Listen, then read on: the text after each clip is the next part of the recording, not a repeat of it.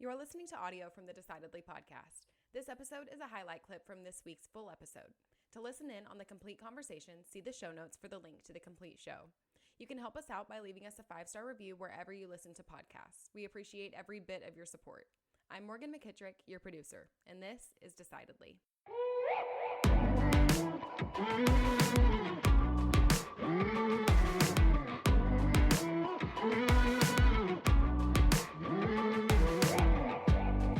It's more into something called goal gradient. So goal gradient is this principle that basically says the closer we get to an end point, like the more we want to keep going, the faster we go, right? So the research was basically around like mice, and they would get mice in a maze, and they found that the closer they got to the cheese, the faster they would go. And you see it with things like coffee loyalty cards. So if you've ever been to like a coffee shop and you used to get like the little paper cards, and somebody would like, oh, here's your paper card. And they would stamp it twice. And you go like, oh, I must be so special. They love me. Oh, they're going to give me 2 stamps. No, that's the strategy. Because they know the closer you get, the more you want to go in. Oh, no, I have to go to this coffee shop, not that coffee shop, because I'm so close to my goal. And they found that with loyalty programs. Wait, so are you saying that that's a purposeful sort of trained strategy to kind of give you a little extra stamp as you get closer to the end? It's an interesting thing, isn't it? Because I think to say that people are doing it consciously is a stretch. Like, I don't think that the barista knows about the goal gradient effect and that it actually does make it faster. Okay, I didn't know if it was in the training or something. Who knows? It could be out there someplace. Maybe it is. But, really, I think it's something like when you look at sales and customer experience and retail stores and things like that, there's so much stuff that they do that has a scientific reason behind it. Like, there's a reason why it works, but they don't necessarily know that that's what's happening. Yeah. They like if you take IKEA, for example, like IKEA, obviously, I mean, the world's biggest furniture store, they do a ton of things around behavioral science, but they never, as far as I know, they don't consciously say like, oh, what about this psychological principle? And let's see if we can experiment with it. Really, it just came from like 60 or 50 years of, hey, if we, stack up our products in a certain way, if we price things a certain way, we just know it'll work because so many people come through the store. If it doesn't work, like retail stores especially are very transaction driven. So if it drives less sales, they'll change it. Walmart's the same way. So Sam Walton wasn't a behavioral scientist, but Sam Walton used a lot of behavioral science principles without really knowing it when he was designing Walmart. So it kind of the same thing. What were some of those behavioral principles? Yeah, so it's an interesting one. So Walmart, they do a couple of things really well. From a high level, they're actually really good at interrupting our behavioral scripts, right? So behavioral scripts are basically things like if you go into a restaurant, they're going to come up and say, do you want any appetizers? And then do you want dinner? And then, oh, do you want something, for dessert? That's a behavioral script. That's what you expect when you go into a restaurant. Yeah. If you went into a restaurant and they said, would you like to start with a dessert? You would say like, oh, I don't know. I'm all turned around now because that's not what I expected. It's not what I trained myself to do. But Walmart does that in the way that they sort of arrange the store. So basically you come in like kind of an opposite end. They were one of the first companies to really do this idea of, you have like the dual entrances, and a lot of stores you would come in the right and go right to left. Yeah. In Walmart, you tend to go left to right. Yeah. I didn't really think about that, but you're absolutely right. Yeah. It's just one of those things again. I mean, they just try things and it happens. The other example would be if you kind of go through Walmart, they have something called, Action Alley. There you go. My brain's not working. It's the end of the day. So Action Alley is when you go down the big aisles in Walmart, and they have those big bins in the middle of the aisles, and they're full of like DVDs or like TVs that are on sale. That's Action Alley. And it's kind of clutters up the space that they have these big kind of like bins and displays in the middle of an aisle. But that's where they put the sales. It's where they put the things that are going to kind of make you stop and go, oh, well, that's really interesting. I get 2 DVDs for $3 or whatever it is now. And actually, when they went through, it was a little while ago now, they went through kind of an innovation project at Walmart. And they were looking at places like the Apple Store, and they said, oh, it's so clean in there. And like, that's what we need. We need to get rid of all of these bins. Let's get rid of Action Alley. And they did, and their sales went, into the basement, like in terms of what they had been doing. And they brought it back, I think, within 2 years. So it's something that's really effective for them. And it kind of speaks to this idea of like when you're making decisions as a shopper, they're not necessarily the most rational. And a lot of times, what you think might work in your mind, which makes logical sense. Well, that's not really what people do because we don't really behave in a very logical or sort of rational way.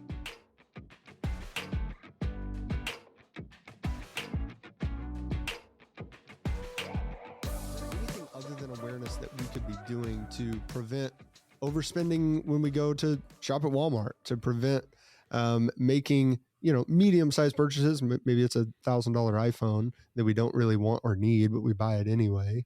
Or is there something that we can do beyond being aware of it? Because it seems to me in my own practice as an advisor that, if I focus on awareness with a client, that will stop a certain percentage of bad decisions. There are a lot of times where people go, you know what? I know that I'm mad, or I know that I'm scared, or I know that I'm excited. I know that I probably should not be making emotional decisions in this state, and I'm going to do it anyway. I'm doing it anyway. And I go, you know what? At least you know that. Okay. Yeah. It's a lot of self-awareness to even know, like, oh, I'm upset right now, but I'm going to make a decision. I think the biggest thing is, we know from just behavioral science in general and tons of studies on this, that knowledge is very rarely enough to change behavior. A lot of people know things and they intend to act in a certain way. Like, I know exercise is good for me, but doesn't mean I'm going to exercise. You know what I mean? It's like there's other things that have to happen for me to make that decision. But things like designing your environment. So it's an old strategy, but the envelope budgeting method, like using cash, like only taking a certain amount of, money with you to the store. You take $100 in cash to go buy groceries. You literally cannot buy, that, sweatshirt or, pair of shoes or whatever you want. You got to leave your phone at home too now with Apple Pay. The amount of times I've been somewhere and have no intention to buy something, was not shopping, and then someone's like, "Hey, you could here's a little treat." Oh, I can just double click my screen and now I've got it. I'm about to delete Apple Pay. Can you delete it? Yeah, it's so tough too, because for a lot of things, like, it's really convenient. So I have Android Pay on my phone, and the reason it got there, because I kept it off for a long time, because for exactly that reason, I was like, oh God, if I can just tap my phone, then it's all over. You know what I mean? Yeah. So I'm going to go into the city, do a lot of things. And, for many years I was working in London. So I live in a place called Berkshire. It's like west of London. I was doing kind of like the train commute in, and then you get on the tube and you're exhausted. And by the time you get to the end, it's just a whole thing. But I was forced to put it on there because of the tube, because it's so much easier to remember my phone. And there were a couple times where I'd just forgotten a card. I was like, oh my God, I can't go anywhere. Yeah. I can't get on the tube. I can't pay for a cab. And I thought, okay, well, let me just, put Android Pay on here, and then I could just tap the phone. And I don't have to worry about having a card.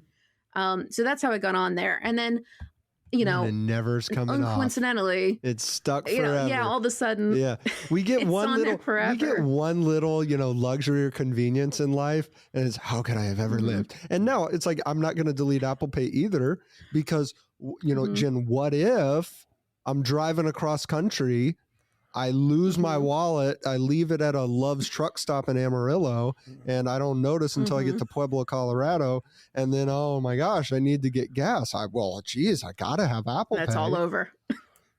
I gotta have Apple Pay. And you're stranded somewhere. And now I can't escape the Sunday morning donut purchase when I'm out for a jog. I left my wallet at home, but I still. That's exactly what happened to me. I was like, all of a sudden, I'm going to Starbucks in Paddington Station. Every time I go in, I was like, oh wait, well, it's because this didn't happen before I had Android Pay on my phone. Yeah, I know. It's like, oh, okay, man. If I could, now it's easy. Just tap the phone. If we could figure out, I think if we could figure out how to get comfortable with removing luxuries that have been introduced into our lives, I think that would solve so many poor decision-making behavior patterns. Yeah, I think the other thing to think about as well is a concept called friction. So this idea, there is something called the cashless effect. I mean, we're talking about, these tap to pay things. So cashless effect basically removes something called the pain of payment. So when you pay with cash, there's a psychological pain. Like, oh, the money is actually leaving my hand. It's gone. There it goes.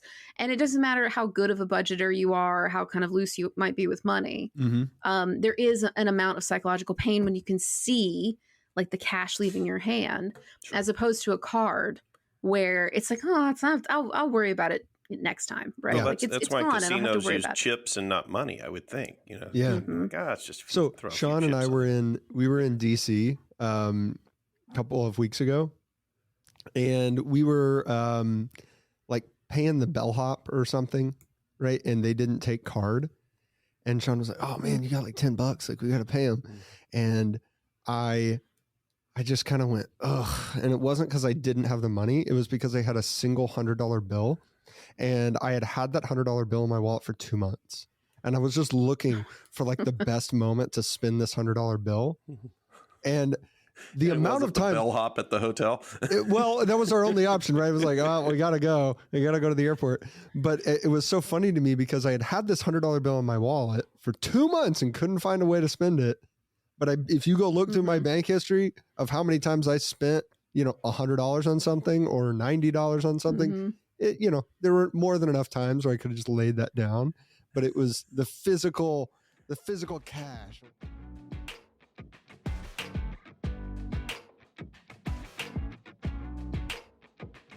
It's not just the way that companies go about implementing the tactics, but the overall tactic is usually on one side or the other of some ethical line that we all kind of agree on. How do companies find that line? Yeah, I mean, it's a good question. I think there's a couple different things, right? There's this concept of like dark or deceptive patterns, right? So do I design an experience to purposely make it really difficult to like cancel, to get a refund? I hide things that I should be showing you. Like, that's stuff that, when people are doing it, they probably know it's wrong, right? They're probably like, oh, this isn't like super ideal, but we want to make it really hard for people to cancel whatever subscription it might be. And we know that if we do that, we can maybe like, get a couple extra months out of them just because they can't figure out how to cancel. But now you'll also see things where basically like you go on, it's really easy to buy something and you do it online and then you've got to call in to cancel something. Like they know that that's kind of shady. Yeah, right? I think there are a lot of and I get frustrated with those companies where they've seemingly intentionally made it difficult to cancel the service. Cable companies historically, very difficult to disentangle yourself from.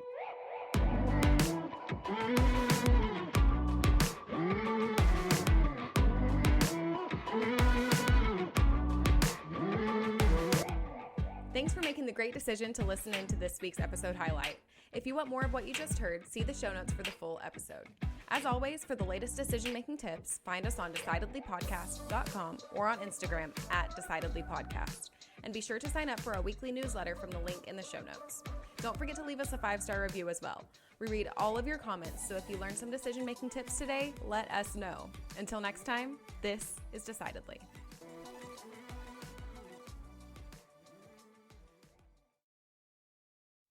Insights, advice, and comments provided by Sean Smith, Sanger Smith, and speakers identified as part of the Decidedly podcast should not be considered recommendations. Speakers who are not identified as members of Decidedly are expressing their own opinion, and their statements should not be construed as reflecting the views of the Decidedly team. This podcast is produced solely for informational purposes, not personalized advice.